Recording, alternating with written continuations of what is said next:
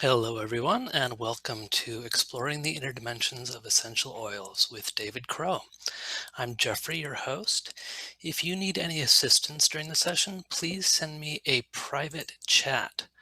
So, to do that, click the chat button at the bottom center of your interface, and in the To drop down menu, select me. I'm Zoom host Jeffrey. I should be at the top of the list. We will be leaving the public chat open primarily for posting questions for David. We do ask you to please use the chat mindfully, as your fellow participants can find it distracting if there's a lot of chat activity going on. You can also ask David a question directly during the Q&A, and I will give instructions for that when we get there. But for now, I am turning things over to BCAOA President Colleen Thompson. Hi, everyone, and welcome. I'm so happy to have such a good group of people here to listen to David Crow. I'd like to introduce David. I think everybody knows who he is, but for those who may not, David is one of the world's foremost experts and leading speakers in the field of botanical medicine and grassroots healthcare. He's a master herbalist, an aromatherapist, and an acupuncturist with over 30 years of experience. And he's the founder and president of Floracopia. So with no further ado, I know he has lots of information to share with us tonight. I'm going to turn it over to him. Thank you so much, David. Thank you, Colleen. Thank you, Jeffrey, also.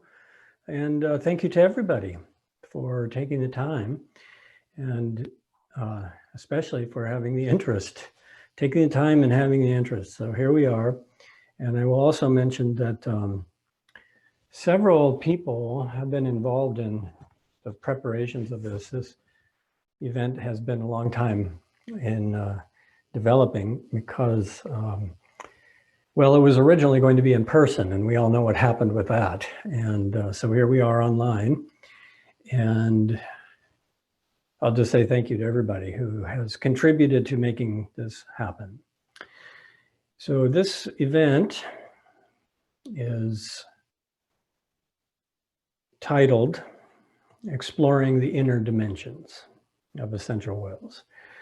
And there are several topics that we will cover in no particular order, because actually they just sort of flow together nicely. I'm going to be very spontaneous with this presentation. So one of the, I'll just go through the list of the various topics that we will be covering. We have 5 evenings together every Monday evening from 7 to 9. And I will talk about some of my favorite subjects.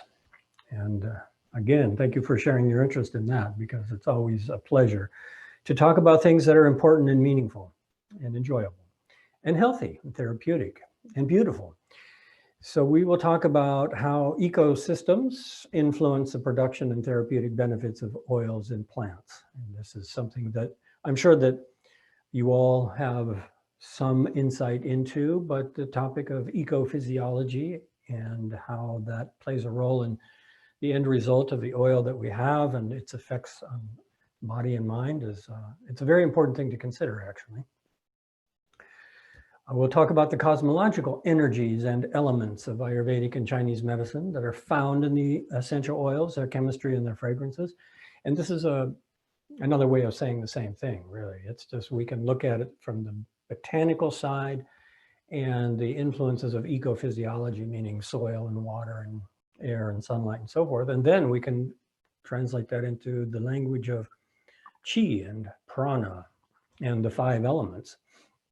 And that gives us a link then to understand how plant medicine captures how plants capture the intelligence of nature in their bodies and concentrates the different elements and energies into different compounds, and how those compounds are actually the reflection of the cosmological dimension of the plants.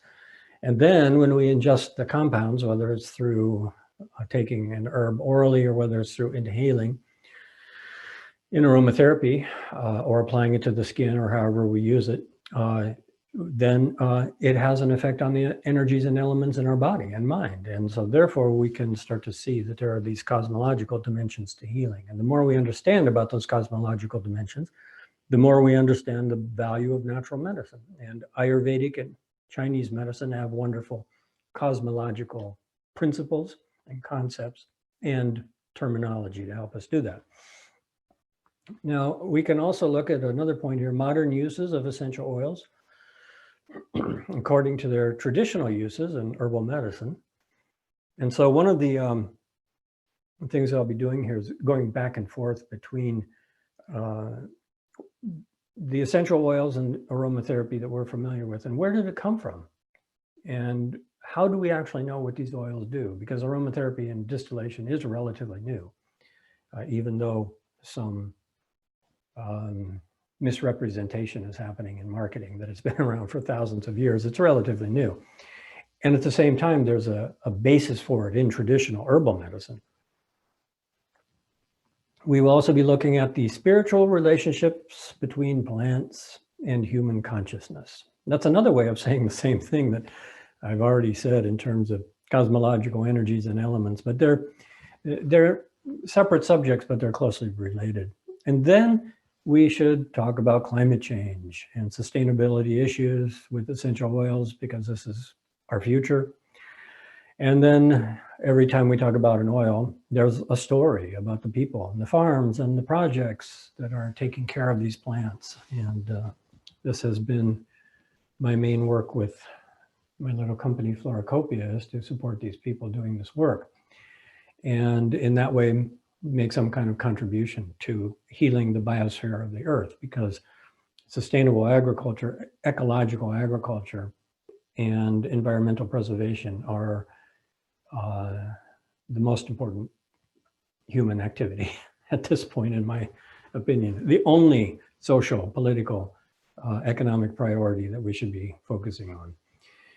So we're also going to review a few protocols about essential oils, but since you are all in this organization, I know that you already know all of this, but there's some unique things that we can bring in, and we can look at when and where essential oils are a primary modality, when they can be avoided. This is more of a clinical level, therapeutic exploration. How do essential oils and aromatherapy work? What systems do they come in contact with, and how do they affect us? How are they different than herbal medicine? That's a big question.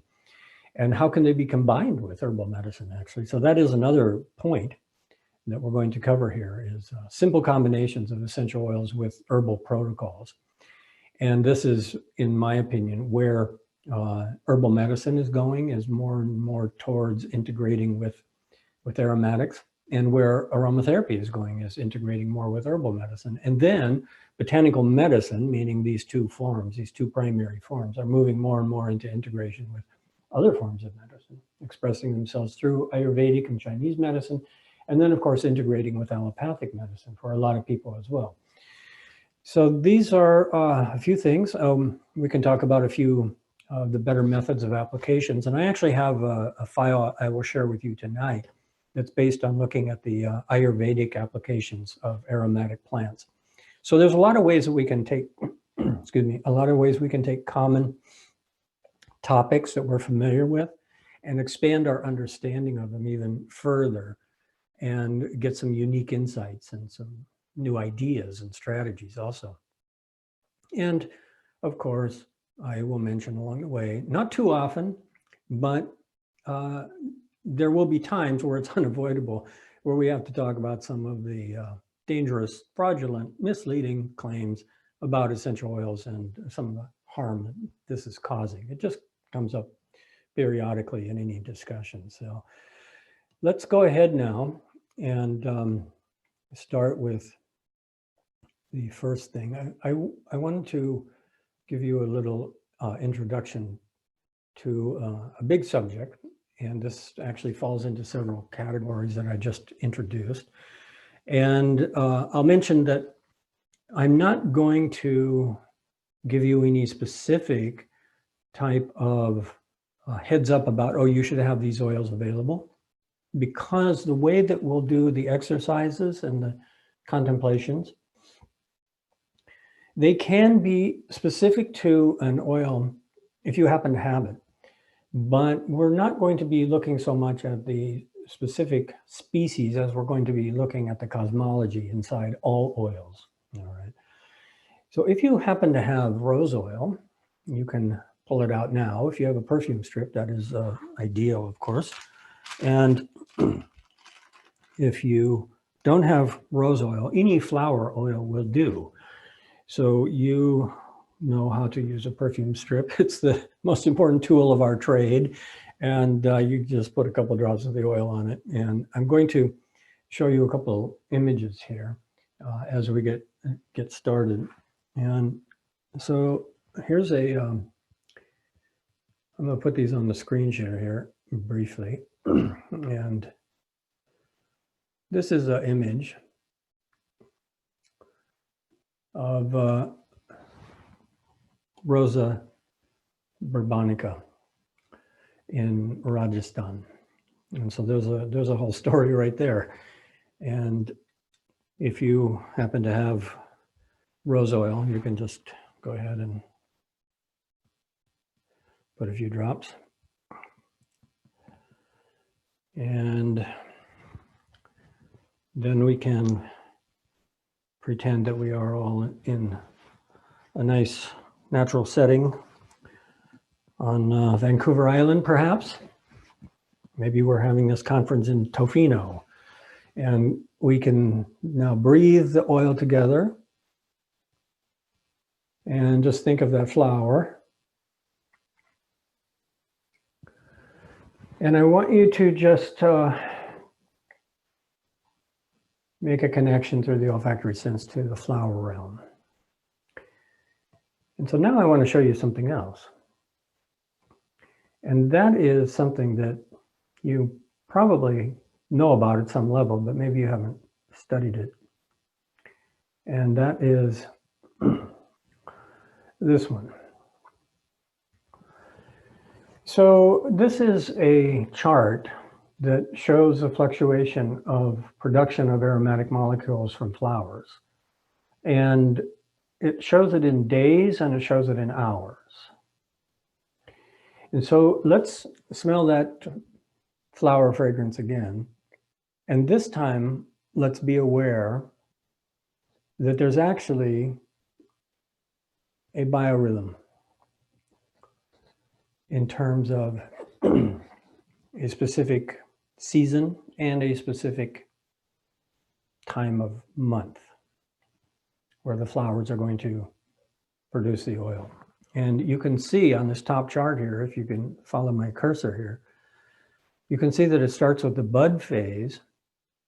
And as the bud gradually opens and becomes fully open, then the emission of the headspace molecules increases. And then as the bud fades and closes and dries out and falls off, then of course it stops producing that oil.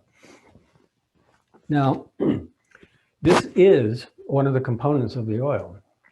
And what we're looking for here in the spiritual dimensions of essential oils is we're looking into the hidden dimensions of what is inside the oil. But it's an exercise that we can do with anything. We can study nature as we're eating our food. We can study the effects of herbs as we're drinking our tea. And that way, the plants are not just medicines, they're also a spiritual practice, or they are a way we can do a spiritual practice. And so I often say that we can use plants to help us with our spiritual practice, or we can use plants as a spiritual practice. And so with rose oil, for example, just smelling rose oil or anointing ourselves with it before we do a meditation session will help us feel more calm and grounded, peaceful, and that will help us with our concentration and be able to transition out of a busy, overstimulated sympathetic nervous system state of dealing with the world.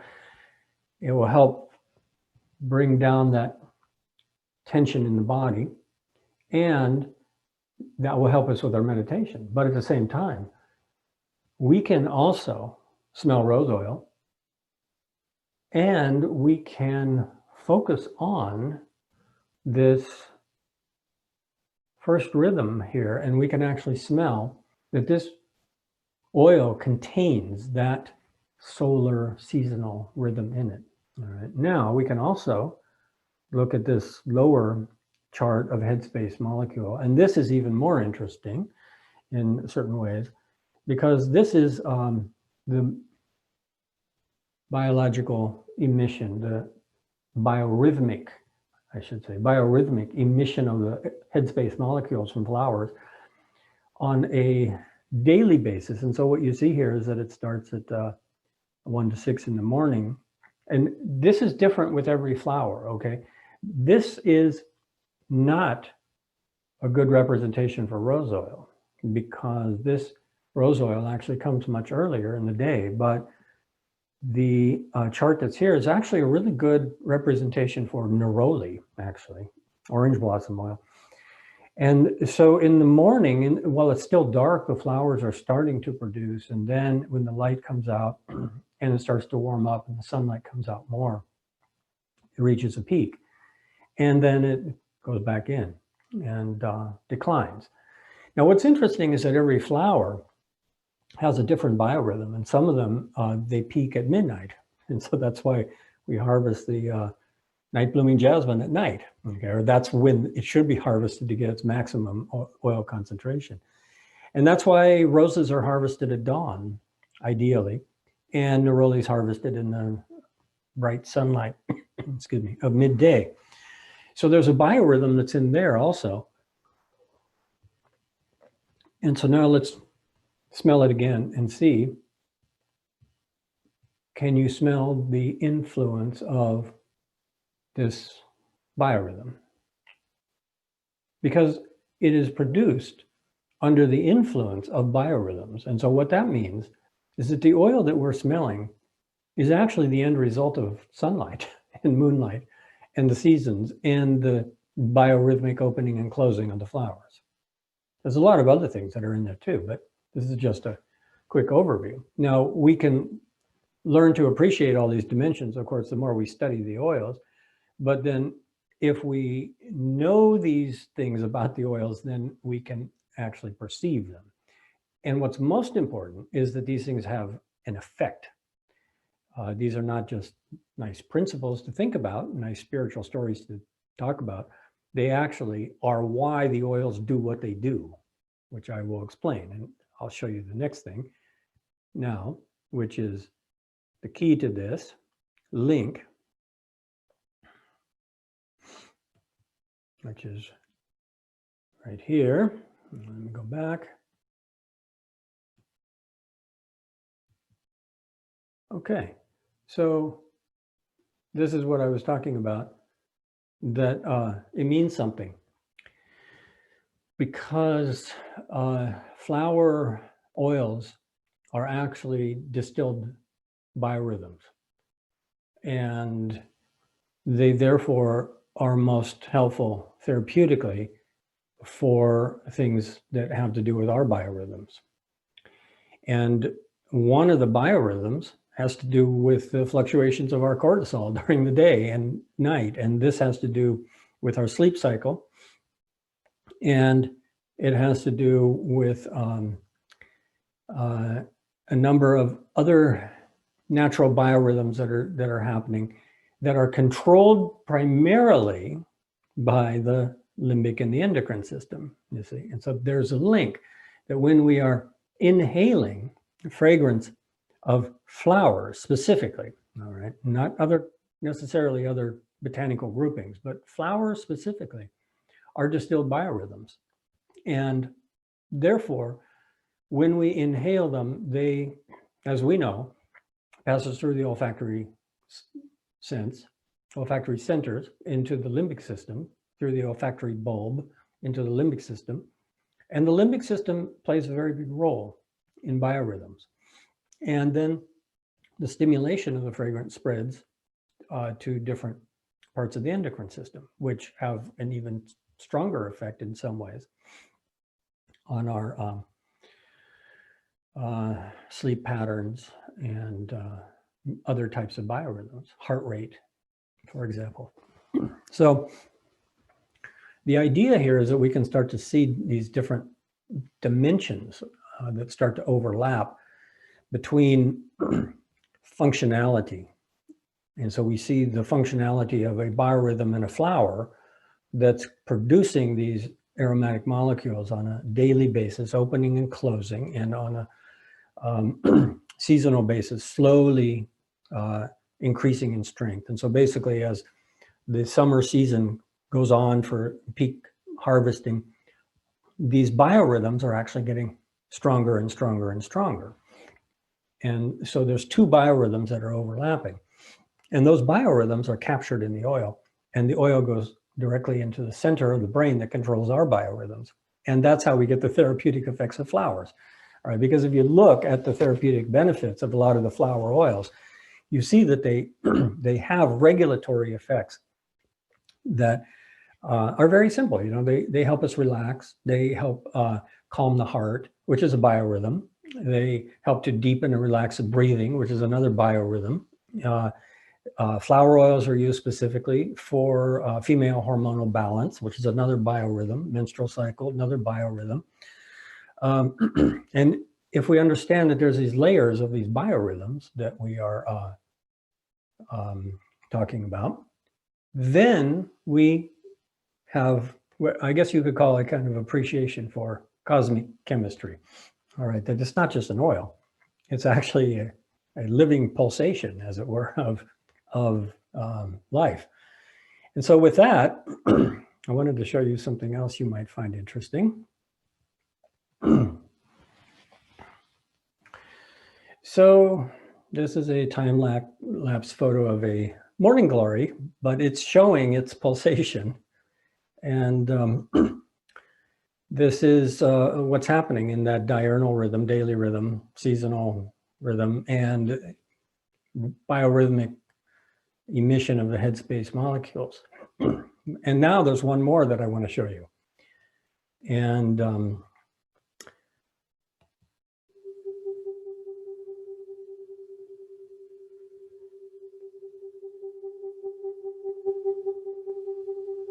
okay. Can you hear it?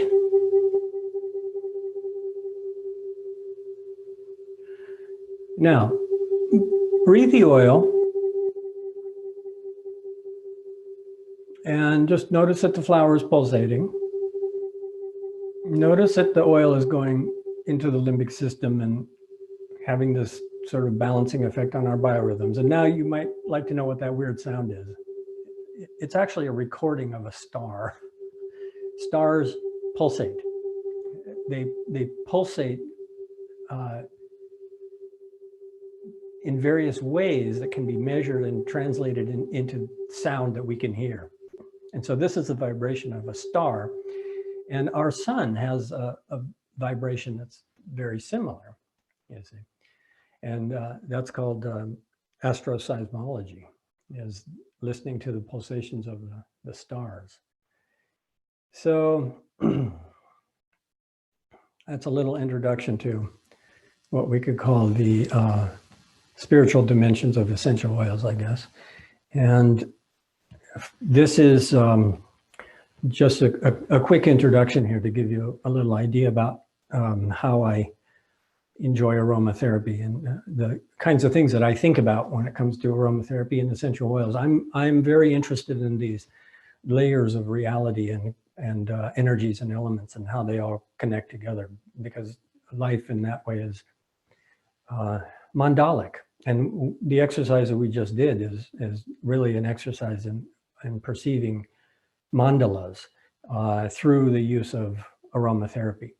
And so we're studying aromatherapy, but really we're studying several things. We're studying how the mandalic cosmology of the aromatic plants and the flowers in this case affect the mandalic energies and elements of the body. All right. And so that's one thing we can gain from studying plants at this particular level. is that we can understand why and how they are therapeutic. And that gives us a lot of ideas about how to actually use them, you see.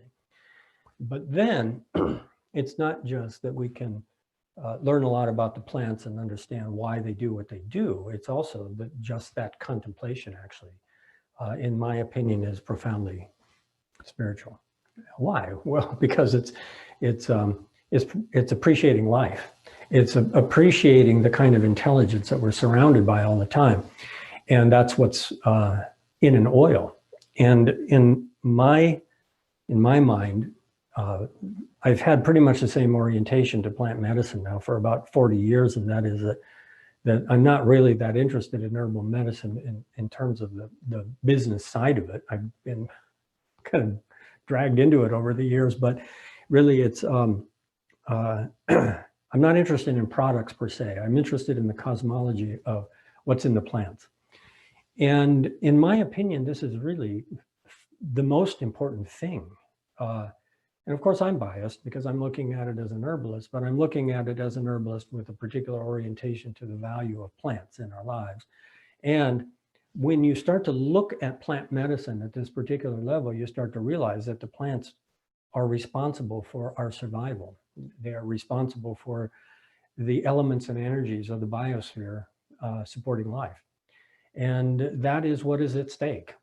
And therefore, it's a very serious subject because it has to do with humanity's relationship to the earth. And just to conclude my little train of thought here, humanity's relationship with the earth is troubled. And it is manifesting, one of the manifestations is that there's a lot of illness, and we are finding an incredible opportunity to apply natural medicine. And natural medicine connects us to the plants, okay? And the more we're connected to the plants, the more we're connected to the biosphere. And the more we're connected to the plants and the biosphere, the more we're connected to nature's intelligence. And that's how we can get out of the mess that we're in. Okay, that's my little introductory talk. I hope you found that interesting at least. And now I will switch over. That's sort of an overview of the way that I think and the way I have used and taught about essential oils quite a bit.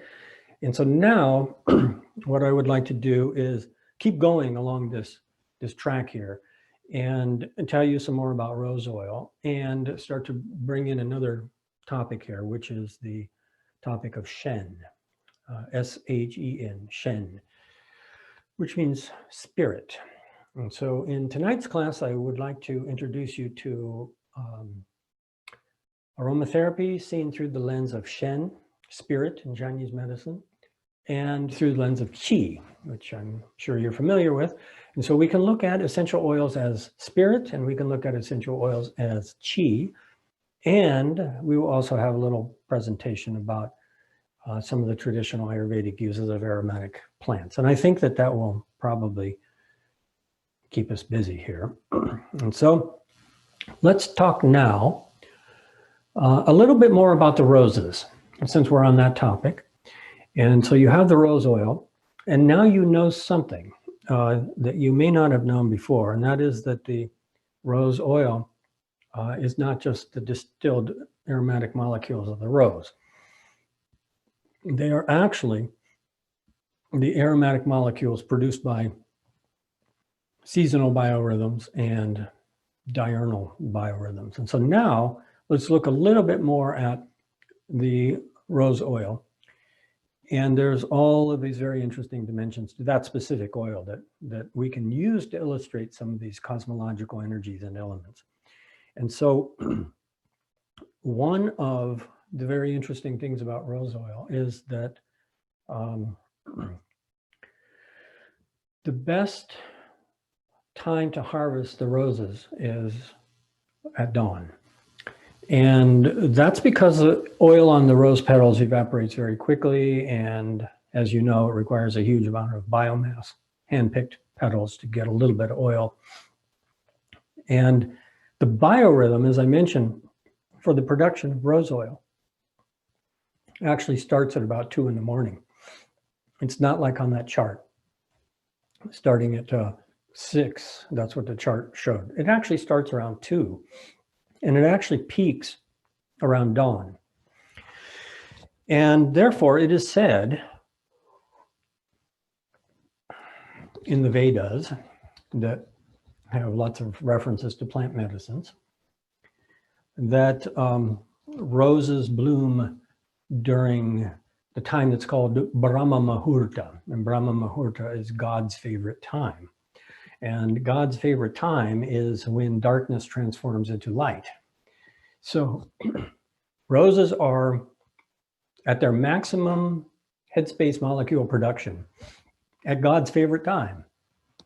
And there's something very symbolic about that also, because darkness into light.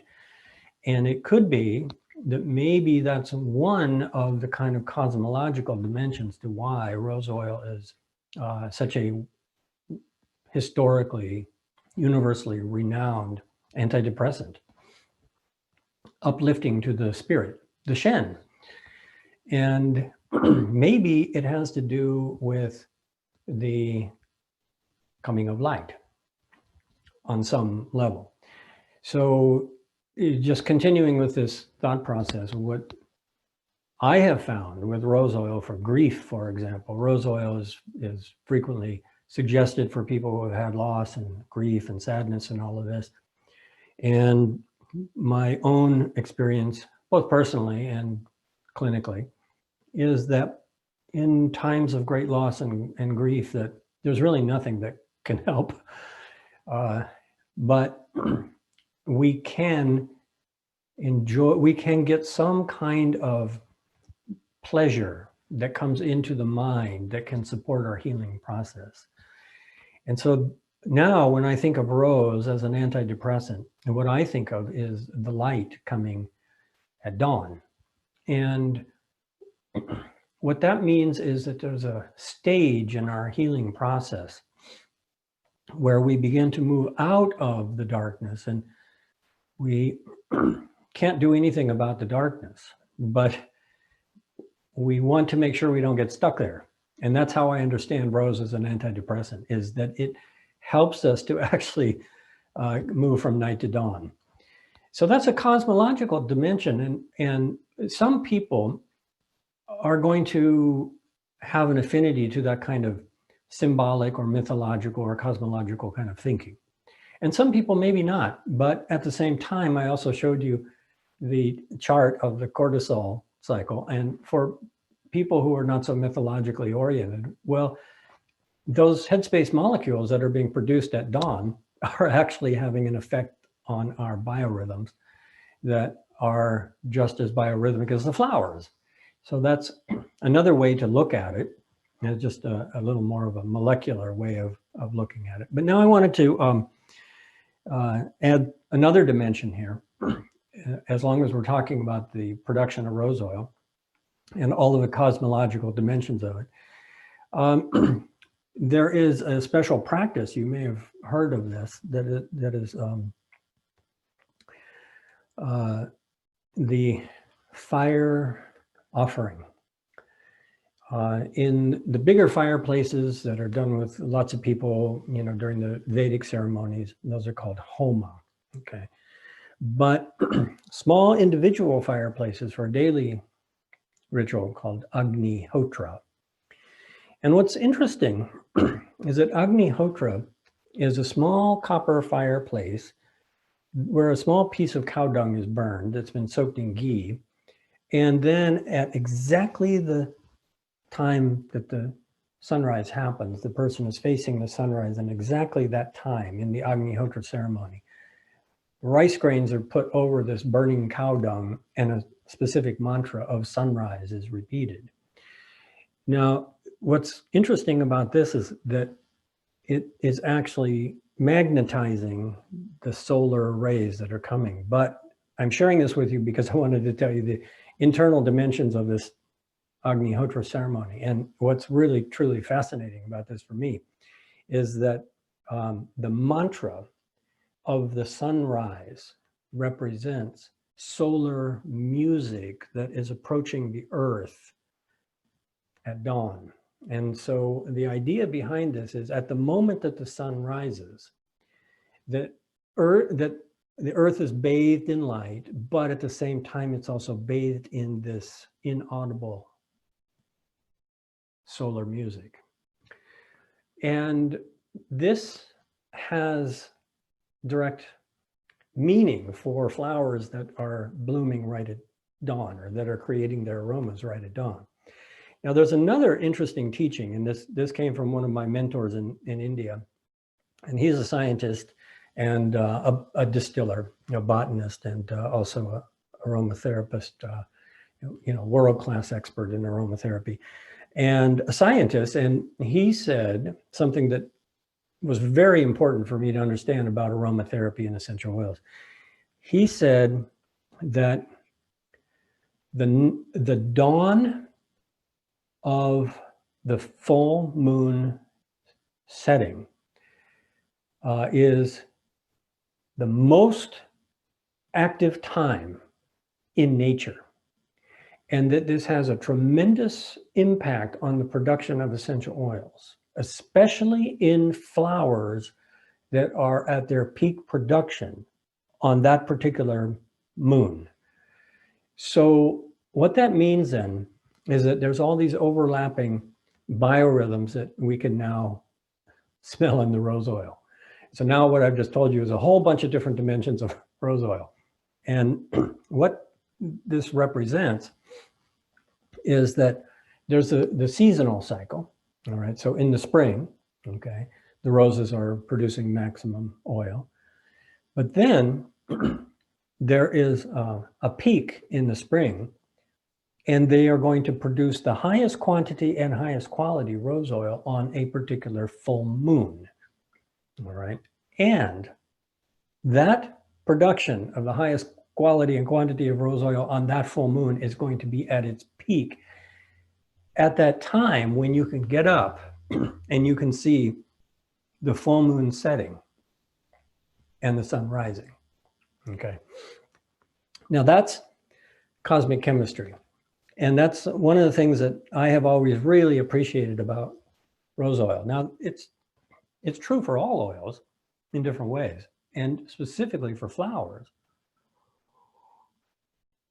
But it's especially true for roses, because roses are that entire expression of all of those things that I've told you about. So in the rose oil, then, there is that moment of the solar music coming to the earth, and especially on the morning of the full moon.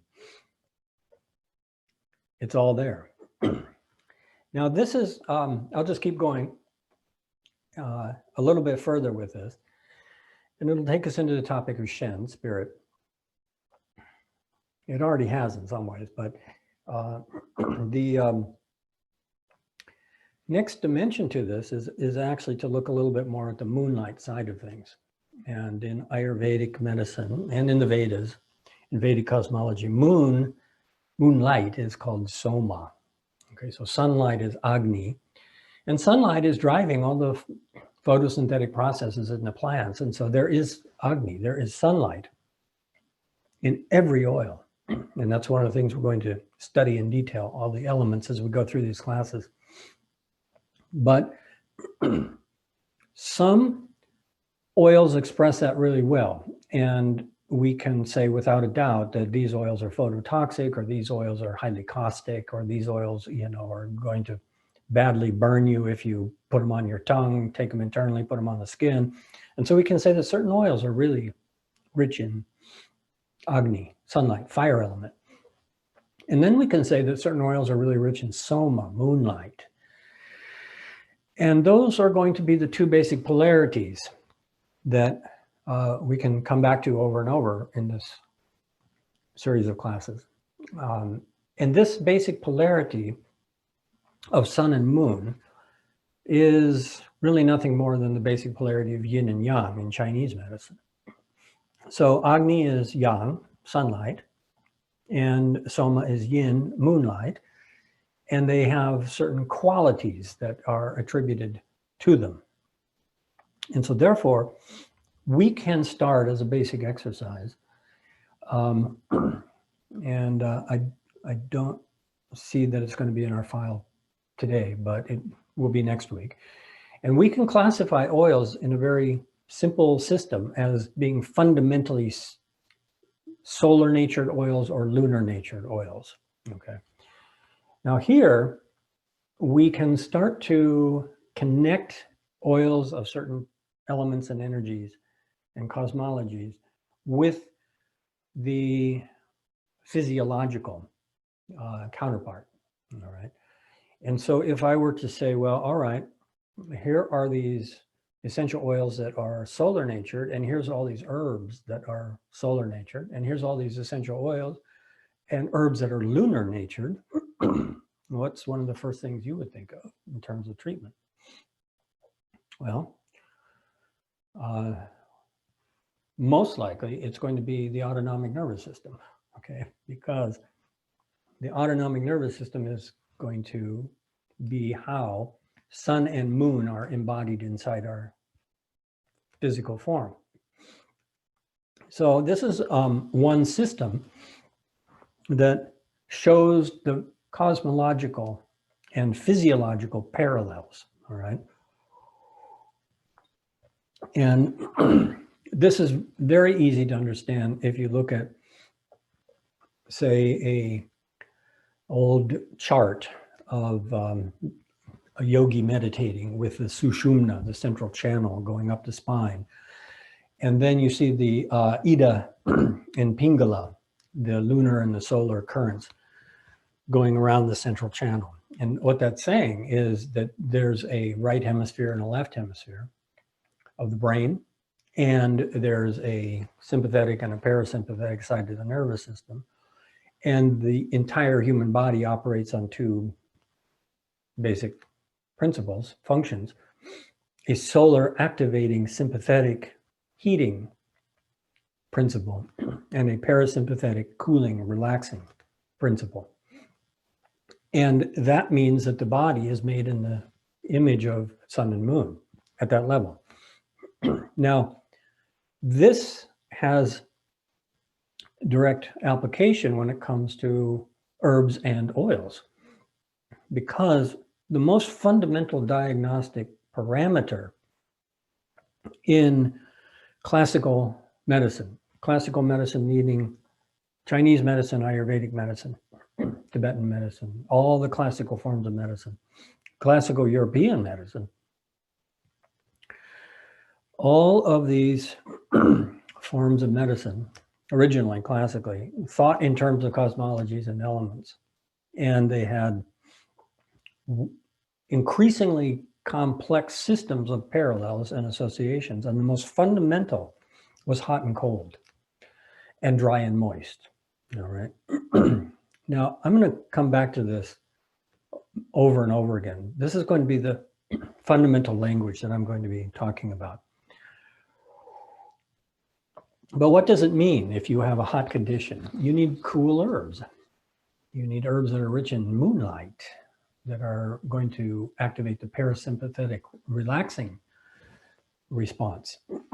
And those herbs are frequently very hydrating also. So you see moonlight, cool, and water and relaxing all go together in terms of what you want therapeutically. On the opposite side, sunlight, heating, stimulating, drying, energizing, and you want the opposite therapeutically. You see, so this is the most fundamental polarity energetically and elementally. Now, it doesn't mean that you can automatically start treating complicated conditions. It's just a framework in which we can start to understand how to classify different oils and herbs for different therapeutic functions. Now here, I'm going to finish the little tangent that I started half an hour ago, talking about rose oil and moonlight. And so there's a strong link between rose oil and moonlight, and the link is soma. And soma is the moist, cooling, relaxing aspect of the cosmology and in the body. And rose oil is very rich in soma therapeutically. And this will help us to start to get some new terminology and also to start to appreciate some of the cosmological dimensions. So soma actually has an effect on our consciousness. And soma is closely linked to the brain, the cerebral spinal fluid, and to the brain secretions. And specifically, soma is also called amrit, okay, nectar. That's one of its aspects. And so in a deep meditative blissful state, certain brain chemicals are secreted, maybe endorphins, human growth hormone, maybe something else, but it creates a feeling of a blissful contentment and satiation. And this is something that our brain is creating for us, that we can create ourselves with our brain. We can learn how to do this. And this is one of the translations of the word soma. And so it's kind of like an internal moonlight that's being secreted by the glands. And that internal moonlight has a cooling, relaxing effect on the disturbance of the mind. So rose oil is said to be very rich in soma. And when we breathe the rose oil and we use it therapeutically, one of its functions is that it is also anti-anxiety. It's calmative. And it is known and documented that it can actually bring down the hormonal effects of chronically overstimulated sympathetic nervous system and adrenal burnout. Basically, just rose oil can help to bring down that, hormonal stress that's in the body. And that's Agni, you see, that's the fire element, the overstimulated nervous system. And so we start to develop inflammation and restlessness and heat and all these kinds of things. And the moonlight in the rose oil helps to make the body calmer and the mind calmer. Now, in Ayurvedic medicine, there are medicines that are made according to this cosmological thinking. And I'll tell you a story about one. It's called pearl pisti. And the way that pearl pisti is made is that you take a pearl and you powder it. And then you add rose oil to it and you mix it. And you do this on the night of the full moon. And you leave the mortar outside on your roof overnight under the rays of the full moon. And so pearl pisti is made from a pearl, roses, and moonlight. Okay. Now, this is like alchemical cosmological thinking and mythological symbolic thinking, but it's got some real practical therapeutic benefits in terms of cooling heat. Now, the idea with this is, well, you ask the question, well, what's a pearl? Okay, well, a pearl looks like a moon. And it is, round and white and opalescent. And it can be said that a pearl is moonlight that has developed in the water realm made out of minerals. Okay, so it's moonlight in minerals formed in water. Whereas rose oil is moonlight produced by flowers blooming at dawn. All right, so those are the cosmological influences that go into that particular medicine, pearl pisti. Now, this idea of putting things out under the full moon is very common in India, other parts of the world as well. And the idea is that the moonlight makes things sweet. And so people in India love to put their sweets out under the moonlight on a full moon on their roof. And it makes the milk sweeter and it makes the sweets sweeter. And there's undoubtedly some truth to this. And moonlight definitely has a physiological effect on us. There's no doubt about it. So there are all of these things that are associated in the Vedic tradition, ceremonies with certain moon cycles and all these kinds of things. And this is just acknowledging that there's this energy from the moon, and that's what's there in the rose oil. Now, Ayurveda describes rose oil as having certain properties.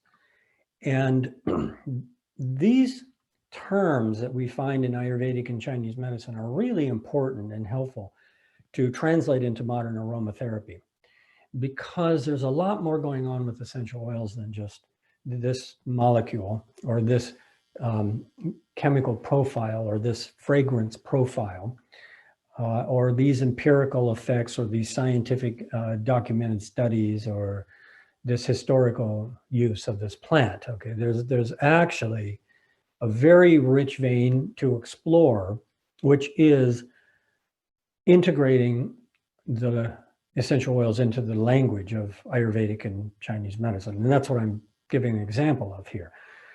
So the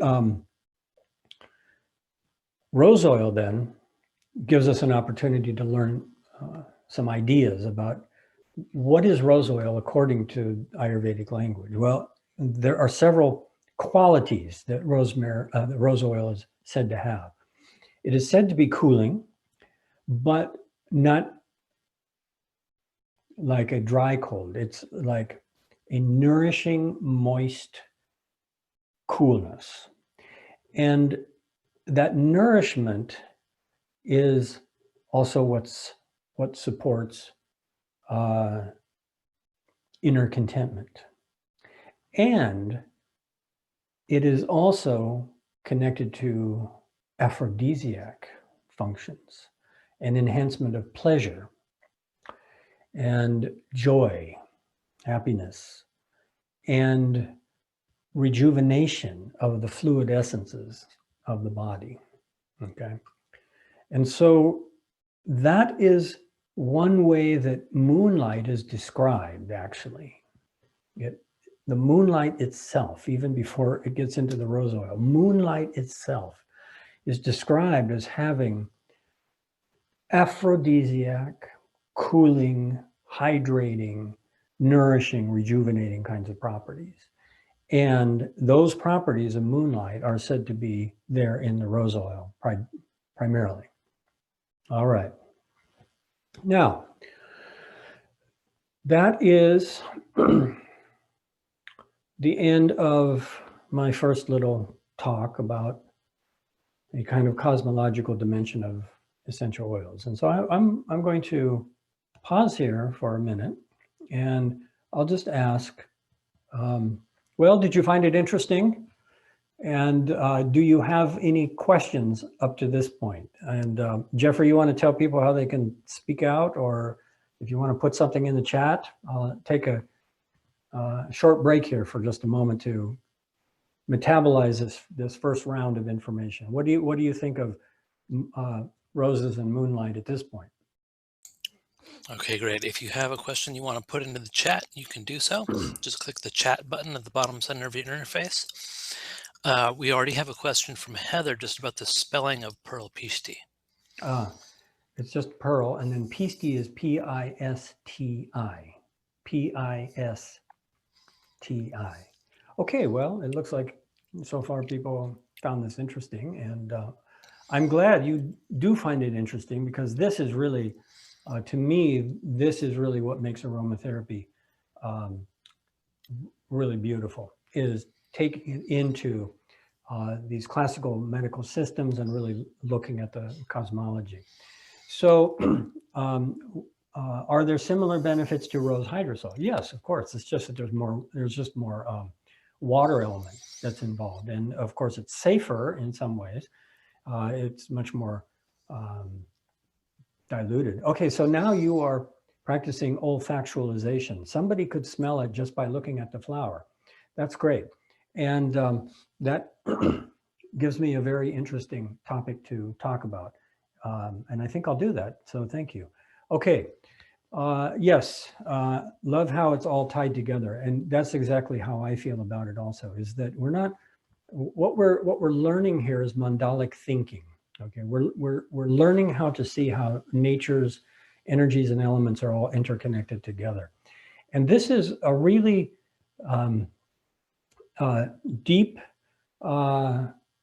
way of looking at herbal medicine, okay? Because we can look at even natural medicine, even herbal medicine can become very allopathic. symptomatic. And that's okay, because if we're suffering, we want something to make it go away. But I personally feel that at this particular time in human history, we need much deeper thinking. We need to really understand our place in nature, basically. And we need to understand our role and who's really in charge. Okay, and we're not really in charge here. Okay, it's the plants that are governing the biosphere. And if we don't recognize that, well, humans aren't going to be able to regulate the biosphere, but the plants are doing it, you see. So that's why botanical intelligence is so fundamental for human survival. And that includes medicine and healing. Okay, so let me address a couple of these things in a little more detail. Does an environment of extremes, 3 hours of daylight in winter and 3 hours of twilight in summer, impact using the biorhythms of these oils? Well, what it will impact for sure is the biorhythms of the plants, okay? And therefore, the roses that are blooming up in Alaska in the summer are unique, because they have a completely different kind of chemistry. Now, keep in mind that the chemistry of the oil is the end result of all the other cosmological influences that have gone into it. And this is something that was understood on an intuitive kind of basis, an empirical basis with classical herbalists.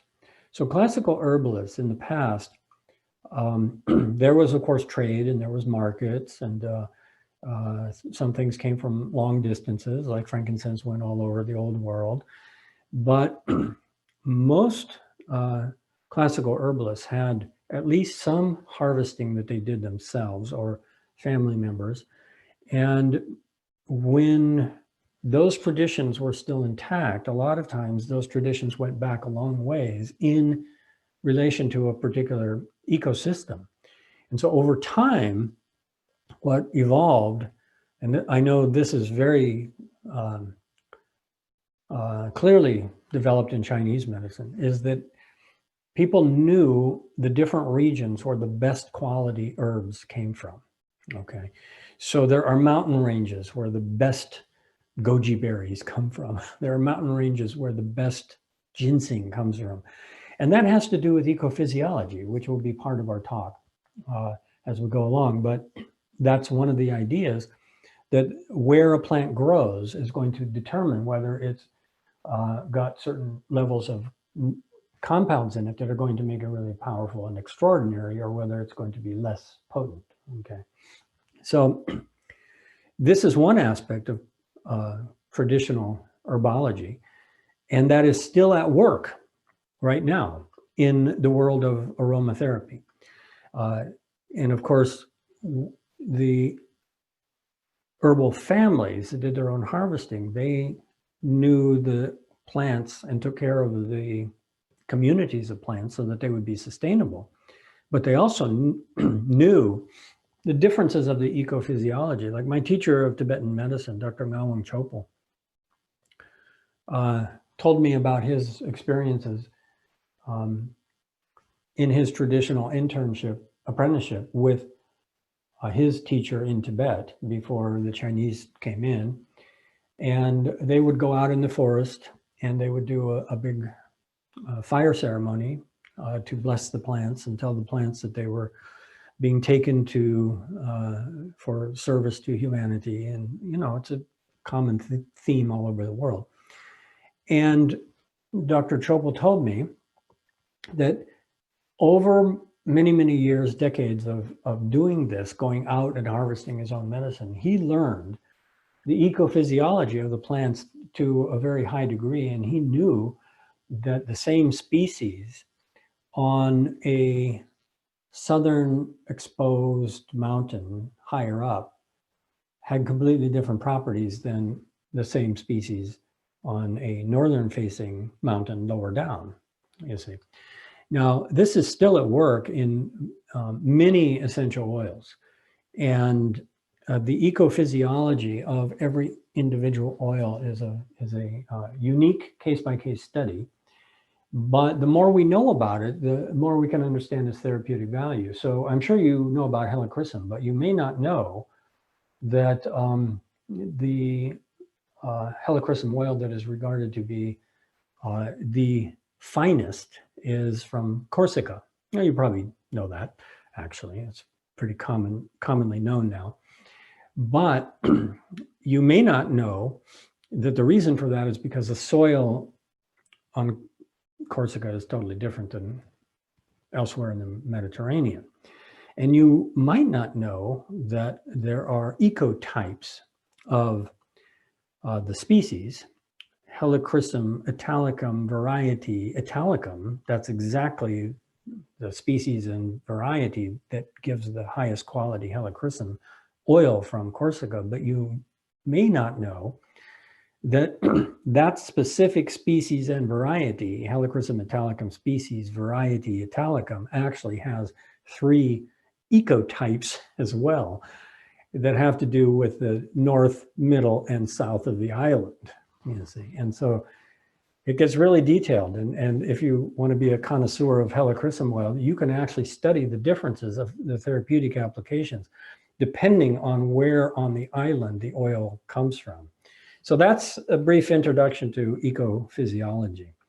All right, now let me go ahead and keep up with these questions coming in. Are there also most beneficial times for distillation of oils, moonlight for rose oil? Yes, absolutely. And that's where the alchemical, mystical side of things comes in. So if you want to capture the essence of sun and moon from a flower, the best time to do it would be to distill that flower at dawn as the full moon is setting. All right. So there's lots of other things like that that are found in alchemy. And of course, distillation is derived directly from alchemical studies. And the alchemists were trying to extract the essence, the essences, okay, the essence from nature. And there's many, many kinds of extracting techniques other than just distillation, but the idea is the same, that we're trying to capture an essence. And so that was all I was really saying, is that the rose oil is more than rose oil. You see, the rose oil is also the vehicle of all of these other cosmological essences. So here's another one. When buying and sourcing oils, is there a way to tell the quality of the oil based on the subjects you have discussed tonight? Not really. There are some things that you can see in chromatographs. And I'll go back to one of the things that was raised here to answer that. There are some things you can see chemically, but this is something that you lose when there is mass production, okay? And you capture it when you are an alchemist doing your own distillation.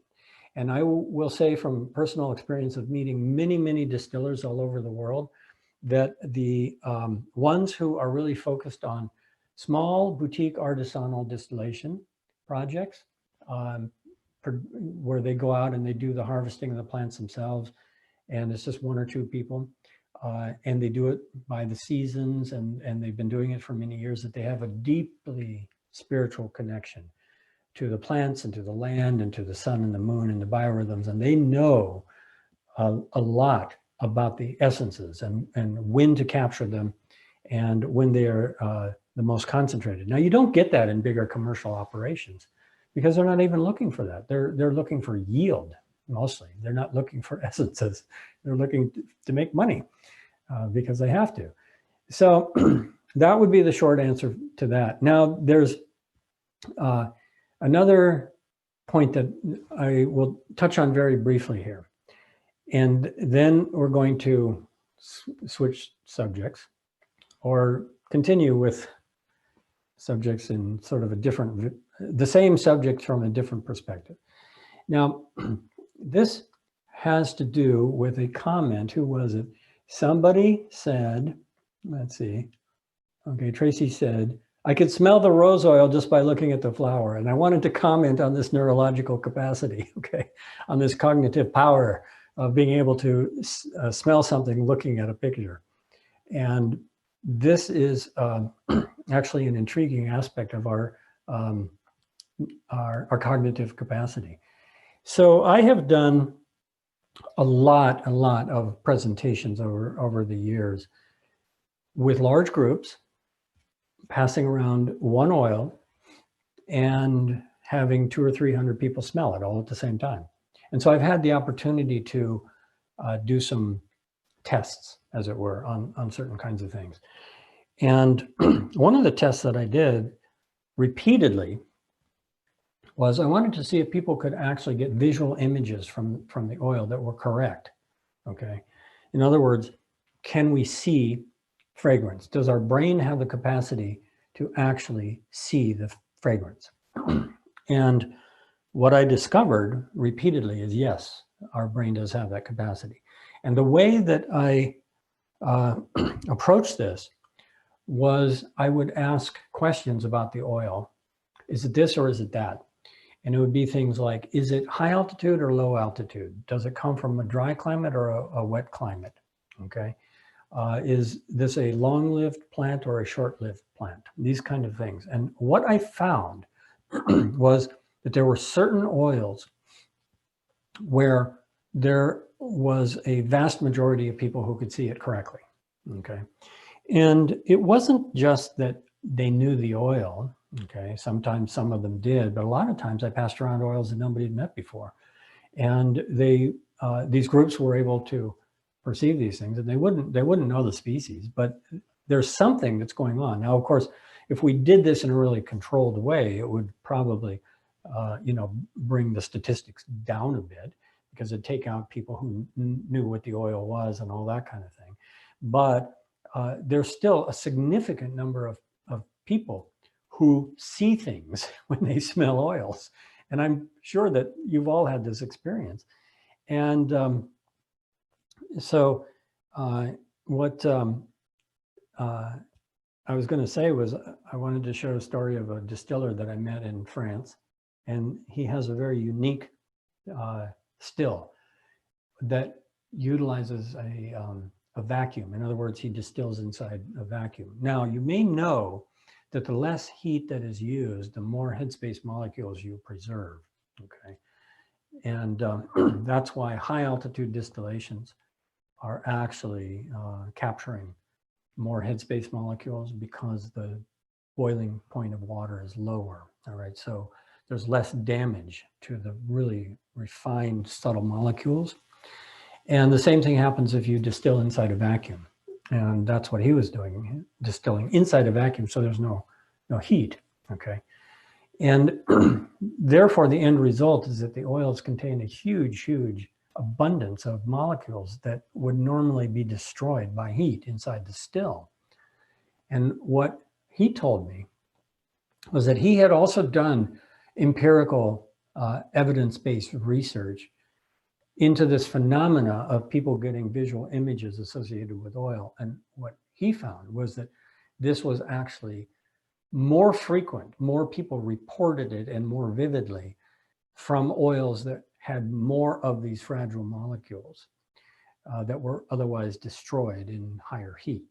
So what that tells me is that, and this is not conclusively proven, but it's a very interesting sort of empirical personal observation from not just myself, but a distiller also who's done other inquiries into it.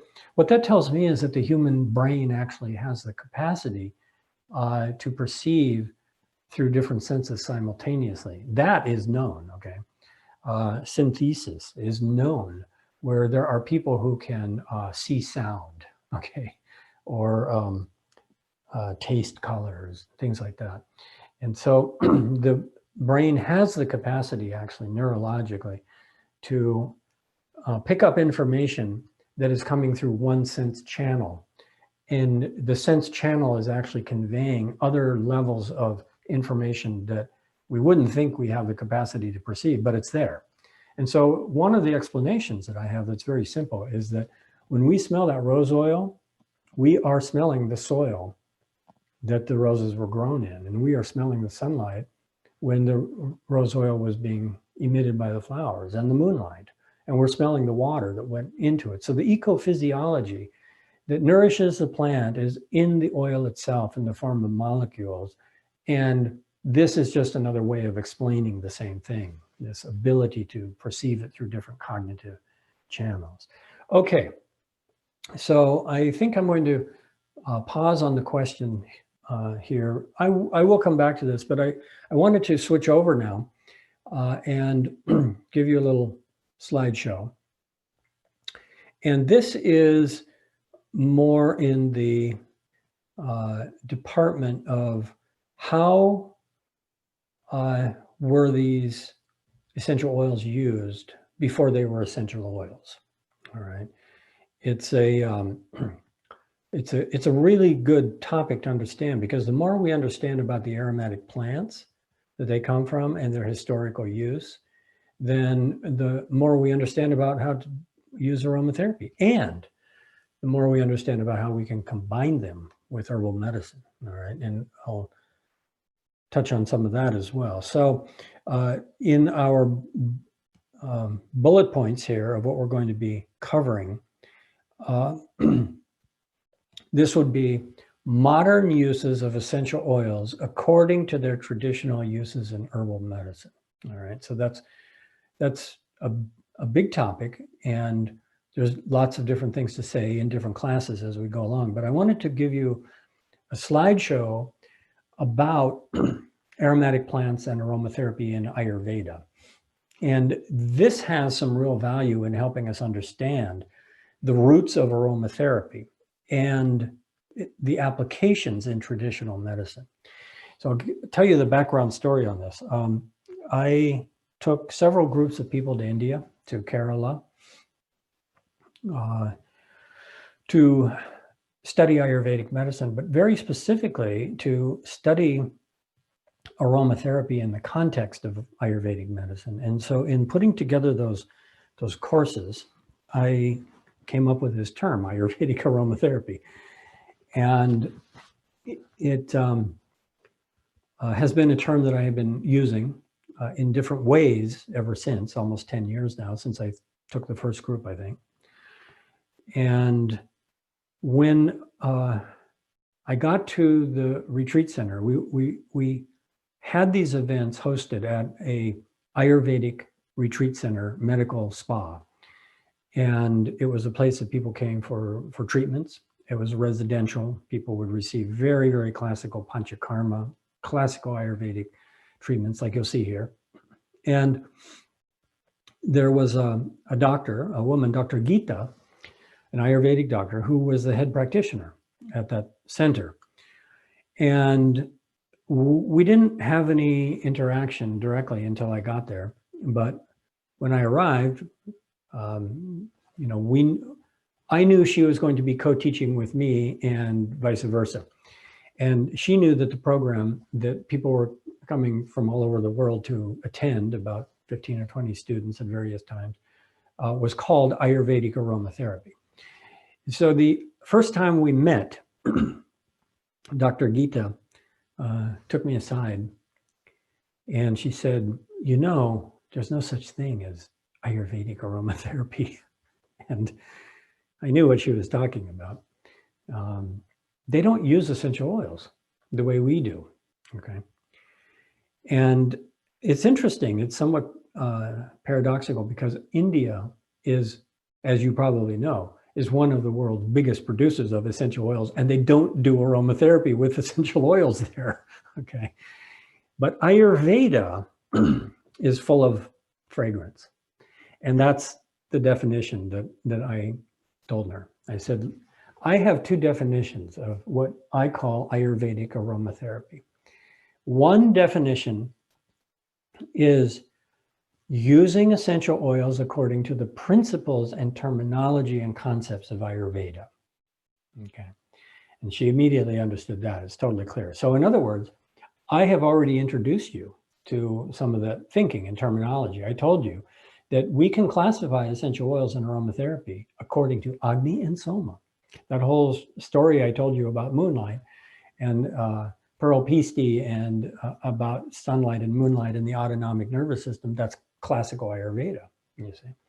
And so now you have the beginning of an Ayurvedic context to start thinking about essential oils. And by the time we're done with this series, you'll also have the Chinese medical context as well. And the more of these views, the containers that we can put the oils into, or the lenses that we can look at the oils through, the more holistically we understand them. And that gives us more ability to use them therapeutically, successfully. So my first definition of Ayurvedic aromatherapy was using essential oils according to the terminology, concepts, and principles of Ayurveda. And that includes, what is an essential oil? Well, it's got certain qualities, okay, certain gunas. And we'll explore that maybe next week. Certain oils are light, some are heavy, okay, some are hot, some are cold, some are dry, some are moist, like that. So that's one way. But then the other way, and this is something that made Dr. Gita pause for a minute, was I said Ayurveda is aromatic. And Ayurveda is aromatic botanical medicine. Now, the reason that I said that is because you cannot get away from aromatic plants in Ayurveda. They're in everything for all purposes. And that's because they're so widespread in India. So one of the things that we can say then is that any kind of Ayurvedic treatment and almost all medicines that are consumed, all the therapies, all the different medicated oils and the nasya applications, powders or oils in the nose, or anything that's used in Ayurveda, there is almost 100% certainty that there's essential oils in it, because there's aromatic plants that have been used in the preparation. And so I just went through a simple list. I said, look, it's here in the pharmacy. It's in these digestive formulas, okay? It's in these medicated oils that are here, and we're going to make medicated oils. And it's in these fumigation, it's in incense. It's used all over India every single day in every household, okay? It's aromatherapy in the incense, okay? And it's in the herbal steam that's given. They don't use essential oils though in the steam. They put the whole aromatic plant in instead. And it's in the Shirodhara oil, you know, the oil that goes over the top of the head. All of these things, I said, you can't escape from essential oils and aromatic plants in Ayurveda. Ayurveda is aromatherapy. Now, there are specific parts of Ayurveda that don't have aromatic plants, but the majority of Ayurvedic formulas, herbs, preparations, and treatments have aromatic plants, and to a high degree for the most part. So my definition then of Ayurvedic aromatherapy is the traditional use of aromatic botanical medicine in Ayurveda that's based on essential oil compounds to get their therapeutic results. In other words, aromatherapy, but whole plant form aromatherapy. And the other is using essential oils according to the principles of Ayurveda. So with that little introduction, I wanted to give you this slideshow, and this is going to show us the uses of aromatic plants in Ayurveda. Now, they do not use essential oils, really, but they do use the aromatic plants in all these preparations that I'm going to show you. And the value in seeing this and understanding it is that we can translate this into modern innovative uses. And I will say that one of the biggest challenges that we have in the field of aromatherapy is making sure we don't hurt anybody. And that's because the oils are so concentrated. So we know that the practice of aromatherapy in a very simple way, a very easy definition, is that you take a huge amount of biomass of aromatic plants that contain essential oils at a biocompatible level. So you take a huge, huge amount of Tulsi herb, and you can drink the Tulsi tea that's in that pile. Okay, it's biocompatible, low levels of essential oil. But then we put it in the still, and the still extracts the essential oil. That essential oil is no longer biocompatible. It's going to burn your skin, it's going to burn your mouth, it's going to burn your esophagus. And therefore, the entire practice is to take that essential oil that's no longer biocompatible and just dilute it back to biocompatible levels again. And so really all we're doing is we're taking a lot of plant material, concentrating it, and then diluting it. And if you look at aromatherapy from that standpoint, it raises a fundamental question. Why? Why bother? And that's the answer that Ayurveda gives us, is that you can do all of the things that we're doing in aromatherapy with the whole plants. But of course, we know that there are some specialized benefits of essential oils if we use them really correctly. But we also know, and I don't know how the situation is in Canada, but I'll just say that in the United States, that we have a pandemic of adverse reactions and poisoning cases being promoted by people who are not trained in aromatherapy, telling their friends and family that they should pour the essential oil all over their food, that they should take it internally, that they should put it on water and drink it. And you know, the adverse reactions are horrible. And a lot of people are finding out the hard way. So if we look at how Ayurveda does it, it will give us some good perspective on this, and it will give us some good ideas. So with that, I'm going to go ahead and open this up. And I'm sure that many of you have seen these kind of treatments. Maybe you've even had these kind of treatments. And if not, they're the kind of treatment that you would probably like to get. And unfortunately, it's kind of difficult these days to go to clinics. I'm not sure how it is there in Canada either, but you know, this is this work is severely impacted all over the world, of course, by COVID. Now, Shirodara. This is the warm oil cascade over the forehead. And I will just mention, I'm going to keep this rather brief because all we're looking for is the link to traditional use of plants and modern aromatherapy. This is not about panchakarma. It's looking specifically at the aromatic plant use. So in Shirodara treatment, many times the oil is not scented, it's just warm sesame oil, but there's all kinds of different recipes that can be used and are used, not just oil, but also oil and milk. And sometimes fragrance is put in the oil. And traditionally, those were cooked into the oils. The whole herb was cooked into the oils. And that's another presentation I can show you next week, is how they do that. The aromatic plants that go into it. But this is something to consider as a potential aromatherapy treatment. And I actually did this in my clinic for many years. I gave a combination of a full Ayurvedic Panchakarma type of treatment, a 3-hour-long treatment, culminating with the patient getting acupuncture and Shirodara at the same time. And of course, very relaxing and therapeutic. And you can put essential oils into that Shirodara oil.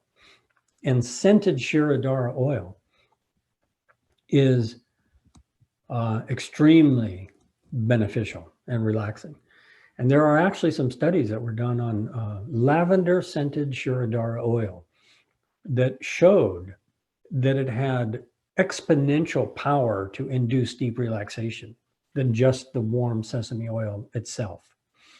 And that makes perfect sense because you're getting the tactile feeling of the warm oil going over your head. And at the same time, your whole face area is being bathed with lavender fragrance, okay? Now, we can modify this a little bit. Also, we don't have to do this Shirodara. You know, it's you can't do this on yourself, although it could be an interesting experiment. you do need trained people, and they do need to be sensitive, and they need to know how to do it right. The oil has to be the right temperature. You need to be comfortable, and it should be quiet, and all these factors have to come together to really go into deep relaxation. But there's a couple ways that we can modify this for modern aromatherapy, Western contemporary aromatherapy. One of the ways that I used to do it is that I would just anoint people with a little bit of the really exotic oils like rose and neroli, and I would just take a couple drops on the fingertips, and then I would just put it under the ear, pulse point, neck pulse point like this. And that would be bathing the front of the face with the aroma at the same time they were getting acupuncture and Shirodara. So that's one concept. And another place where we see the influence or a potential link back to classical Ayurveda is that we can do oil masks on the hair that are scented, and we can do scalp oil massage. Now, these are different because applying a large amount of oil and leaving it on the hair is actually more like abhyanga, the self-oleation treatment. But for convenience, you can just take a tablespoon of oil and put a couple drops of essential oil in it, and then just massage it in the scalp, and that's easier to wash out. Now, I am quite certain that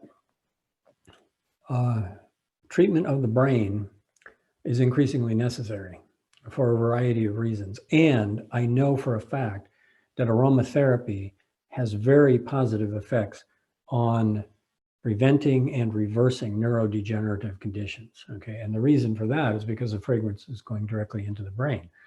And it's going into the brain through two channels. All right. One is the neurological stimulation from the olfactory nerve endings in the olfactory epithelium. And that's activating the brain neurologically. But then there's also the absorption through the capillary beds of the sinuses into cerebral circulation, and essential oil molecules and lipid molecules cross the blood-brain barrier. And so that's where Nasya therapy comes in. Okay.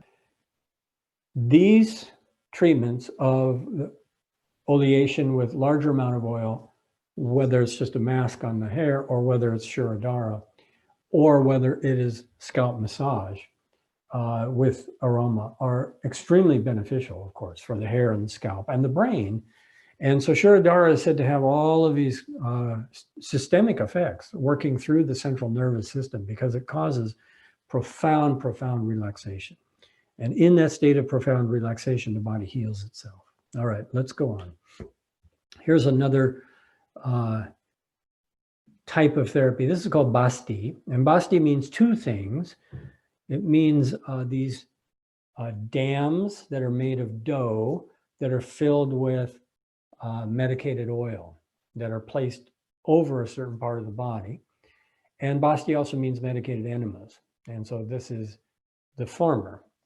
And what happens then is that the oil sits on a different part of the body for half an hour or longer, and it's warm, and it absorbs in through the skin, and it feels great. And so this is being used on the lumbar area, and this can be highly effective for degenerative disc problems, sciatica, kidney problems, things like that.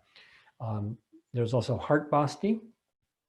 The dam is placed over the chest, treats cardiac functions, and then there's a dam that's made on the head. Actually, the person wears a big hat and they fill it full of oil and sits on top of the head.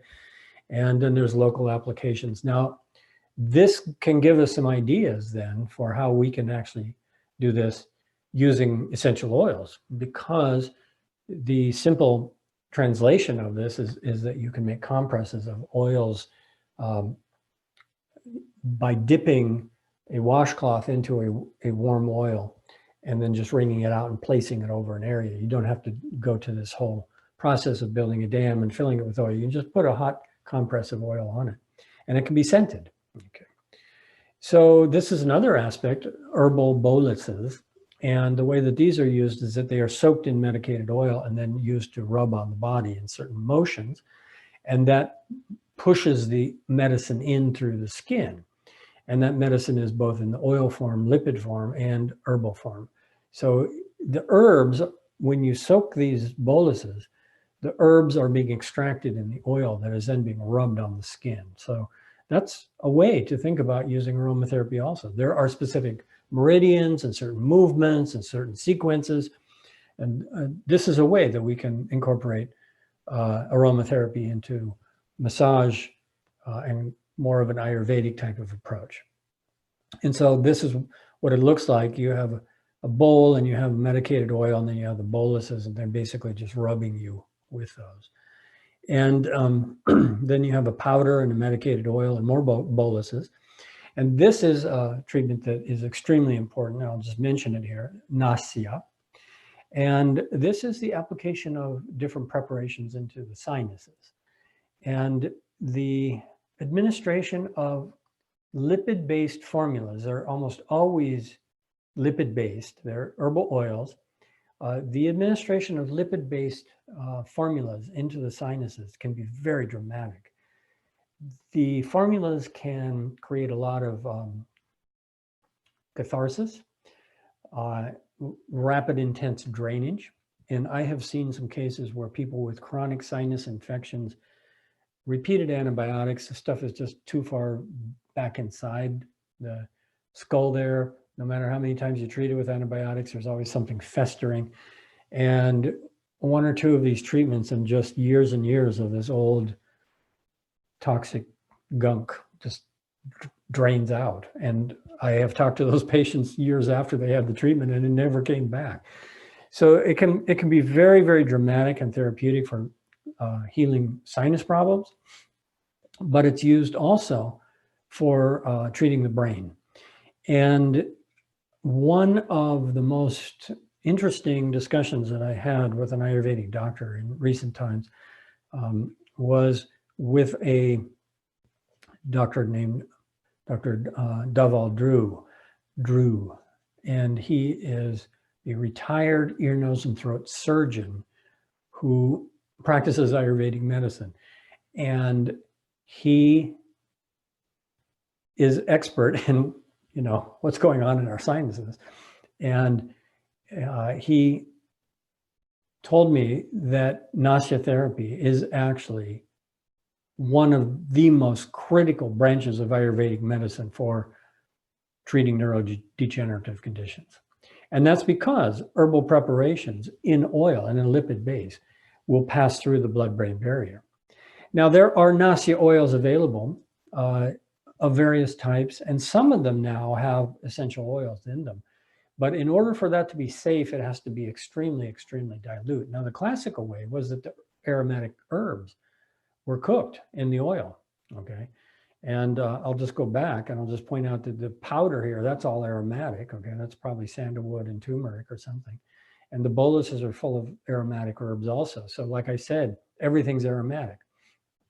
Now, closely related to this treatment is Netipat.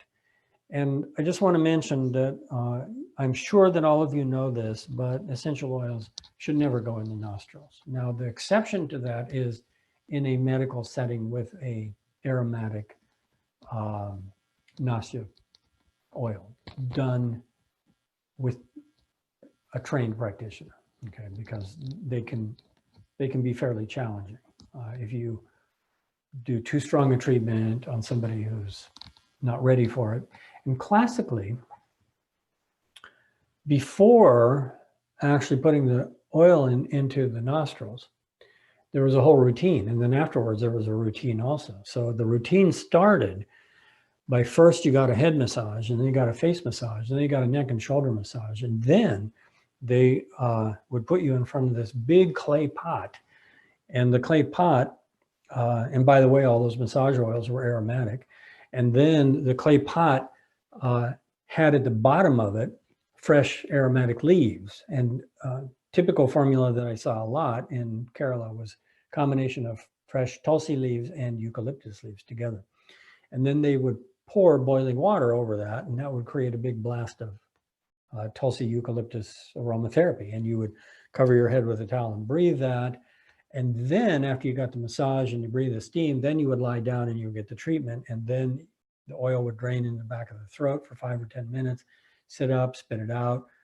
Eyes are running, nose is running, big cleansing process. And then they would repeat it again. Then they would give you another head, neck and shoulder massage, and you breathe the steam again. You see, so it's a complete therapy. But that's something for us to think about, actually, because we can apply different elements in modern contemporary Western aromatherapy. Now, neti pot, I just wanted to warn you, one of the things that I'll say occasionally about the misuse of oils is that I hear horror stories, and you probably do too. And so I've heard horror stories of people thinking, well, I can do aromatherapy with neti pot. And of course, oil and water don't mix. And so people rinse their sinuses out and they're basically pouring like, 5 or 10 drops of eucalyptus oil through their sinuses, and they lose their sense of smell. And they end up with, terrible, terrible pain and burning their sinuses badly.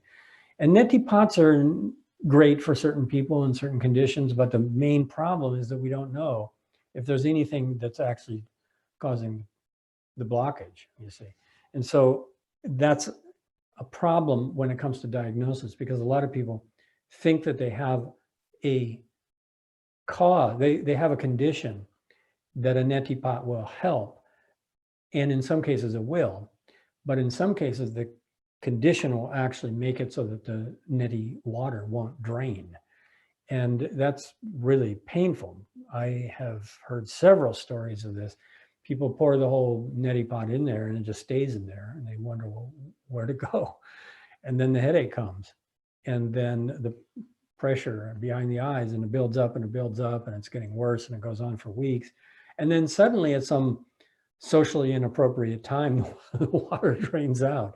So neti pots are problematic that way. We actually have to understand a little bit more about what's going on in the sinuses before we use it. But the number one thing that is a real problem when people don't understand safe uses of essential oils is people think that they can just put essential oils in the neti pot, and that's really bad. Okay, so the oil can go in the ears, and also this is aromatic, of course, just like everything in Ayurveda. And here is the aromatherapy steam. Now, these are castor leaves in this. Now, what happens is that there's a heater underneath, and the person lies on top. And what you'll notice that's unique about this, in case you haven't seen this or had this, is that you're lying down. You're not sitting up in one of those steam cabinets. And lying down allows you to get hotter without getting faint, and you have your head out. And that allows the practitioner to keep pouring cold water on your head. So you can actually keep your head cool while your body's getting quite warm. And that's a really a good innovation, a good way to do it. Now, castor leaves are used for a lot of things. Castor oil is very good for rheumatism and arthritis and all of that. And that's probably the concept with this. But you can use all kinds of aromatic plants. And so it's a nice addition to an Ayurvedic clinic. You might have seen it. I know there's a place in Victoria that has a beautiful steam cabinet. I've been in it. And I'll just mention that I love coming to Vancouver Island. And I don't know if Sapphire Spa is still there in Victoria or not, but if it is, please give Heidi my regards. So here's another aspect of Ayurvedic treatment. And this is called Ubtan. This is the aromatic powders. And it can chickpea base, really. But other things go in it. It looks like turmeric is in this, and then sandalwood. And so again, it's aromatherapy, but it's in powder form, okay? And what this is doing is it's stimulating the skin and opening the pores, and then the henna. And this is ceremonial and ritualistic and all kinds of purposes. But henna is also antimicrobial and aromatic. And then, of course, there's fumigation. And this is, done all over. And this is our modern version of it. So distillation and a little bit of alchemy. I'm going to come back to some of this, actually. Marma points. Oh, okay. Attars. I'll tell you about attars next week. But anyway, Marma points and attars. And I think with that, I think we'll quit there. All right. So I will pause for a moment and see if anybody else has any questions that they would like to ask before I go into our next big subject. I hope that you found something that you might be able to incorporate from traditional Ayurveda now. All right. So now it looks like everybody is quiet, and Well, as I promised at the beginning, I want to let folks ask you a question directly if they want to do that. right. To do that, we ask you to raise your hand, and you can do that by clicking the participants button on your interface. That'll open up the participants panel, and then you'll find the raise hand button at the bottom center of that participants panel, unless you are on a mobile device, in which case tap the more button, and the raise hand button is behind that.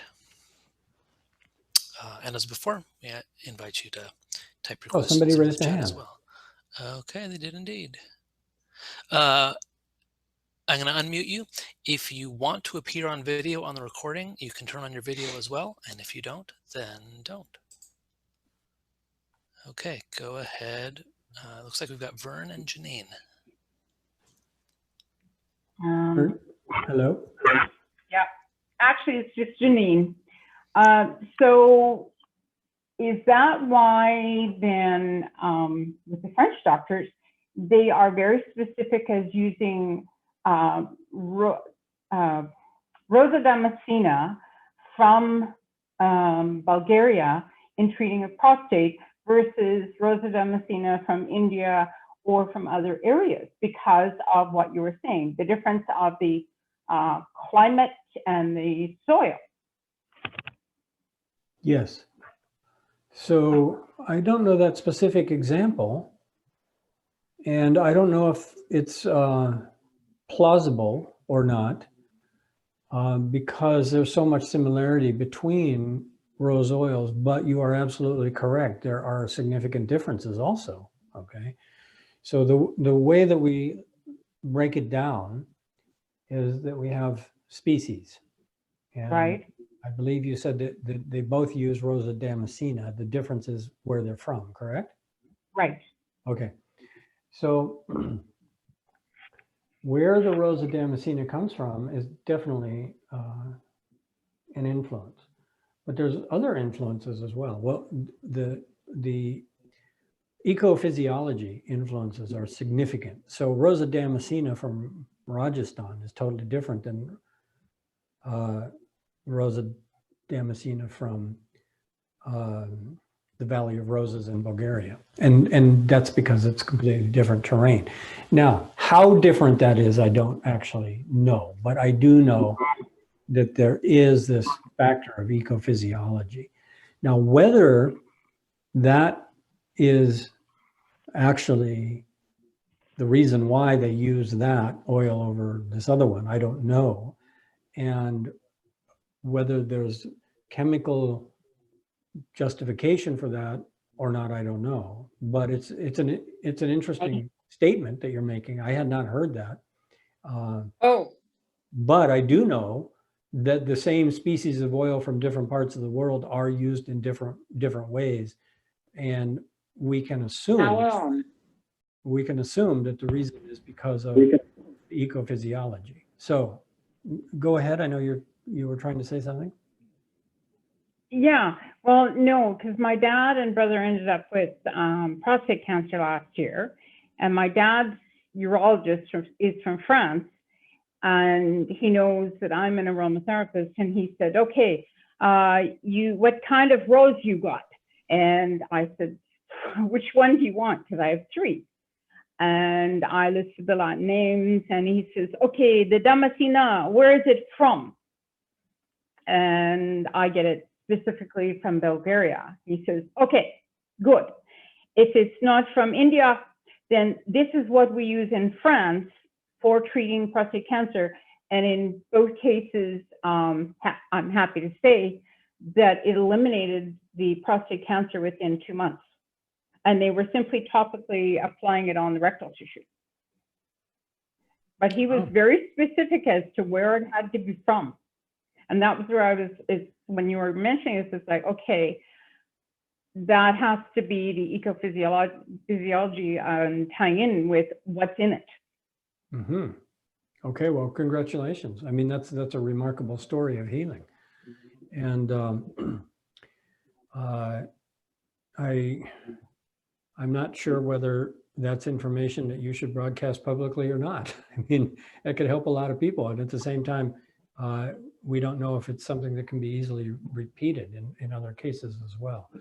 But that's a remarkable story, and it's beautiful. So thank you for sharing that. So, but here's the thing is I would go even further if I was going to actually really look into this. What I would do, if you wanted to pursue this further, is I would have that oil that you used from Bulgaria, I would have it analyzed, and I would get its, its main constituents and learn as much as you can about it. And then that can, illuminate a lot of the possible mechanisms of how it was healing. And then I would take it even further, and I would go to the databases and I would start looking at, well, is there evidence of this being used in other cases like this? And if, the more you can find that justifies its use like that, the more intriguing this becomes. I mean, maybe you've stumbled across something really, really important here. So thank you. Well, it was something that he said when he was practicing in France. That's what every guy over 40, only they use suppositories, would receive. And he says, that is why the Frenchmen are such good lovers. But no, they treat all prostate cancer with the Rosa Damascena suppositories, but it has to be from Bulgaria. Interesting. Okay. So they're using it medically. That's very interesting. So thank you. I've learned something very, very important. Okay, wonderful. Okay, so Jeffrey, I don't see anybody else's hand up right now. And I think that what I'll do is I'm going to go ahead and shift over to a little exercise. And this is part of an article that I have posted. So you will see, and Colleen can maybe clarify this at the end if necessary, but I have given several files, and one of these is titled The Aromatic Journey of Prana, The Aromatic Journey of Prana. So what I would like you to do now is I would like you to just take any oil that you want, that you enjoy inhaling many times, okay? Because this is a contemplative aromatherapy practice. And that means that we're just going to take an oil and we're going to study something. And so I'll give you a moment to go ahead and get a perfume strip. Perfume strips are the ideal way to do this. And take a moment and pick one of your favorite oils. It can be anything you want. And what jumped out of my big collection bowl is an old bottle of Helichrysum italicum wild from Corsica. So that's what I will be smelling. But it doesn't matter what the oil is, because we're not going to be smelling the species. We're going to be smelling the prana. And specifically what we're going to be smelling is we're going to be observing how fragrance arises in consciousness. Okay, so this has two parts to the story, and it's outlined here in this article that you can read over the next week, and then we'll do the whole practice. It's basically asking the question, well, how did this oil get here? What's in this bottle, okay? And one of the things that I've already discussed is that we know there's sun and moon, and we know that there's the aromatic plants are involved somehow. But really, if we look at the cosmology of what an essential oil is, we see that it's life force, it's chi, it's prana. And there is also a file titled Prana for you to look at. And I'm going to just keep giving you more of these files and exploring this further as we go. But there's two sides to this equation of essential oils as prana.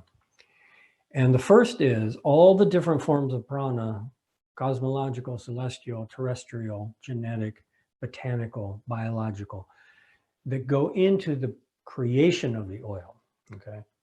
But then when it comes to aromatherapy, we are ingesting the oil, we are inhaling it. And the breath is a form of prana. It's a major form of prana, and it's going into the brain, and the mind is another form of prana. And so what we are going to discover next week when we do the entire sequence is the prana is coming from the universe into the prana of the plants, and the plants are transforming it into the prana of the oil, chemical prana. And then we are extracting the chemical prana, and then we are breathing that on the prana of the breath.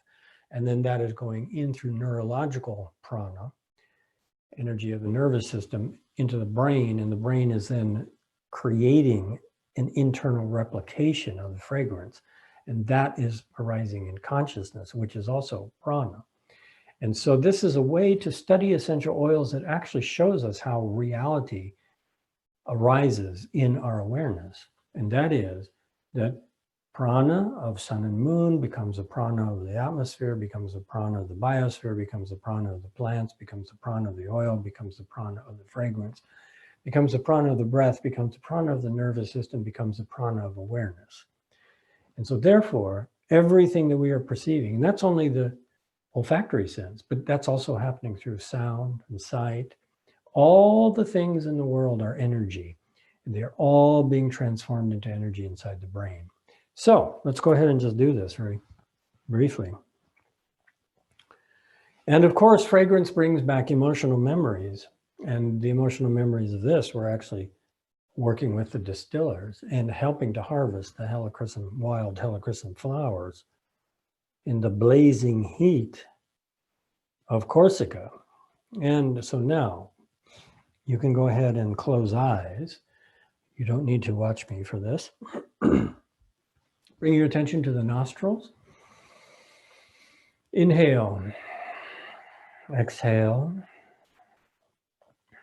And now bring the perfume strip to the nostrils and inhale. And hold it down and exhale. Now what we're going to do is we're going to take apart the nano moments between the time that the olfactory system receives the fragrant molecules and the time it arises in our consciousness. And of course, this does take time for the nervous system to send energy to the brain, but it happens very quickly. So the first thing that we want to look for is we want to be aware that we are inhaling the atmosphere, and that is the prana, the life force, the chi of the breath. And in that chi of the breath, the air element, are mixed molecules that represent the prana of the plant. And so now bring the perfume strip to the nostrils, inhale, and be aware that the prana of the breath is bringing the prana of the plant into the nostrils. Okay, hold it down, breathe out, relax. Now the next nanosecond that we are looking for is the instant that the aromatic molecule comes in contact with the receptor site at the nerve endings in the olfactory epithelium. There's a moment where the molecules of fragrance come in contact with the receptor sites of our nervous system. So see if you can notice that exact moment. So again, bring the perfume strip, inhale, be aware that the breath is prana, be aware that you are inhaling the prana of the plant, and be aware of the moment that the fragrant molecule comes in contact with the receptor sites of the nerve endings, the olfactory nerves. There is a moment where those molecules from the outside world hit the receptor site. See if you can notice that. Okay, now hold it down. Now, the moment that those aromatic molecules come in contact with the receptor site changes it from molecular chemical prana, molecular energy, into neurological energy. So one form of prana becomes another form of prana. And that prana immediately flows inward to the brain. So now see if you can perceive that part of it. So bring the perfume strip, inhale, be aware that the breath is prana, bringing the fragrance, which is the prana of the plant, into the sinus cavity. Notice the instant that the molecule hits the receptor site, and notice the instant that that molecule, molecular energy, is converted to neurological energy and then flows into the brain as a nerve impulse.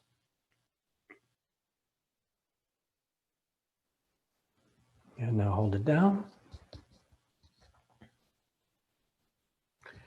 And the next thing that happens is that the current of nerve impulse that's flowing up into the brain is taken and it spreads across the brain into these holographic neural networks, and these represent the internal replication of the external phenomena. So in other words, our brain recreates the outer world in a way that we can perceive it. So again, bring the perfume strip, breathe it, notice that the breath is prana, notice that it's carrying aromatic molecules as prana of the plant. Notice the instant that they come in contact with the receptor sites. Notice the instant that the molecular energy is transformed into neurological energy. Notice that it is flowing into the brain. Notice that the brain is recreating holographic neural networks. It is creating holographic neural networks in response to the fragrance as a stimuli.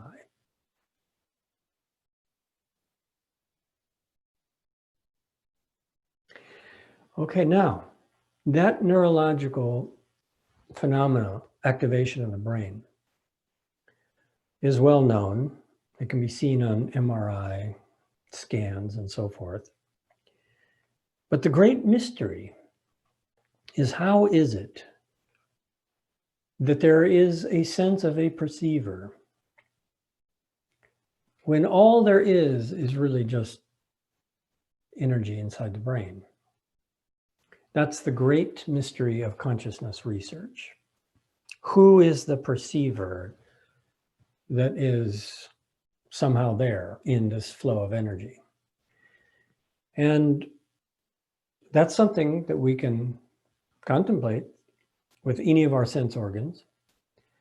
But the reason that I wanted to introduce you to this sequence here is because now we can perceive, and you can do this now whenever you are doing aromatherapy inhalation during this week. Now be aware that there are all these sequences of prana that are becoming different forms of prana. So the oil is a form of prana from the plant, which has its own prana, which got it from the sun and the moon prana. But now you are inhaling it, and the molecular prana is changing into neurological prana, which is then flowing into the brain, which is then creating the experience for someone. And that consciousness that is perceiving is also regarded as prana as well. You see, so mind is prana, brain is pranic nerve current, aroma is molecular prana, from plants that are botanical prana, from biological prana. And so basically, aromatherapy is the practice of inhaling different forms of prana through different stages that become metabolized in the internal prana channels of the body, and then eventually end up in the prana of the mind and consciousness. So let's do that whole thing. So bring the perfume strip, be aware that fragrance is prana, molecular prana extracted from the plant. Inhale, be aware that the breath is prana, life force. Be aware that the breath is carrying the molecules of botanical prana, life force. Be aware that there's an instant where those molecules come in contact with the receptor sites of the olfactory system. Be aware that there's an instant where they are converted from molecular energy to neurological energy. Be aware that the neurological energy flows inward to the brain. Be aware that the brain creates these holographic representations of the outer world, and be aware that it arises in consciousness. So therefore, we can see that all these different pranas, forms of prana of the outer world, come in. Prana of the breath becomes prana of perception, becomes prana of consciousness. Okay. Take a deep breath. I hope you enjoyed that little contemplation. And it's along the lines of what exactly are we doing when we're doing aromatherapy? And the more we look into the deeper physiology that's going on and the energetics of the plants and so forth, the more we can start to perceive these kind of spiritual and elemental and energetic dimensions. Okay. Well, our time is up, and I do have these files, and so I'll just ask, Colleen, do you want to mention anything about the files? Is there anything that people need to know about them, or do they have them? They have them. They went out this afternoon. Wendy sent them out to everyone. If you didn't receive it, just let us know and we'll resend it to you. But I think everybody got them. Thank you. Okay, great. And thank you very much, David, for a wonderful presentation tonight. Okay, well, you are most welcome, and thank you. And so what will happen then is that every week, probably on Sunday night or Monday morning, I will send over the files to you, Colleen, and you will, all of you students will receive these files. And so you have a little homework assignment now, which is to practice the things that we've talked about. You know, you can practice viewing the oils in this particular way. And the more you study about the oils, the more you'll be able to perceive these dimensions. And the more you look for these dimensions in a contemplative way, the more you'll be able to find them also. And so the articles are introductions to the bigger topics of Shen, which I didn't get around to talking about, except sort of tangentially, and prana. And there will be more. And so everybody's saying thank you. And so thank you very much. Thank you, Jeffrey. Thank you, Colleen. Thank you, everyone. Have a wonderful week. And I will see you at 7 o'clock next Monday.